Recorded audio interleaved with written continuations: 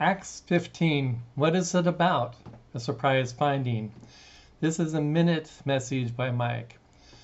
Most scholars find Peter and James making a crucial decision over the Gentile outreach, whether Gentiles would be required to get circumcised or maybe follow some commands about food and ethics.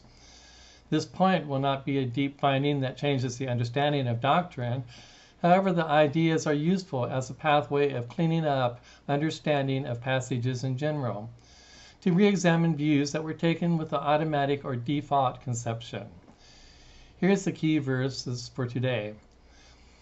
Acts 15, 1-2, but some men came down from Judea and were teaching the brothers, unless you are circumcised according to the customs of Moses, you cannot be saved. And after Paul and Barnabas had no small dissension and debate with them, Paul and Barnabas and some of the others were appointed to go up to Jerusalem to the apostles and the elders about this question. The issue raised by the Pharisees, Acts 15:5, shows some of this. Pharisees rose up and said, it is necessary to circumcise them and to order them to keep the law of Moses.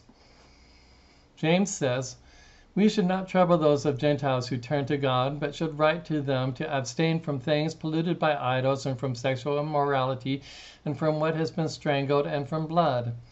The issue is resolved by sending a letter out regarding those points and ends with these words, if you keep yourselves from these, you will do well. Farewell. Although the message is about food and ethics, and the circumcision was not required, the message appears to be focused on satisfying people like the Pharisees who believed, rather than a focus on the Gentiles.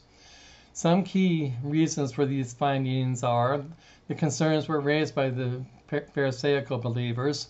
The letter was done by heads of the Jewish believers, James and Peter, not Paul. The letter was to make Gentiles more tolerated among Jews. The issue of circumcision had been settled much earlier in Paul's ministry.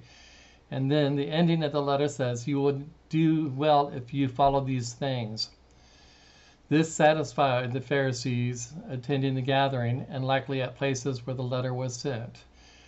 This is the message from Mike. Enjoy.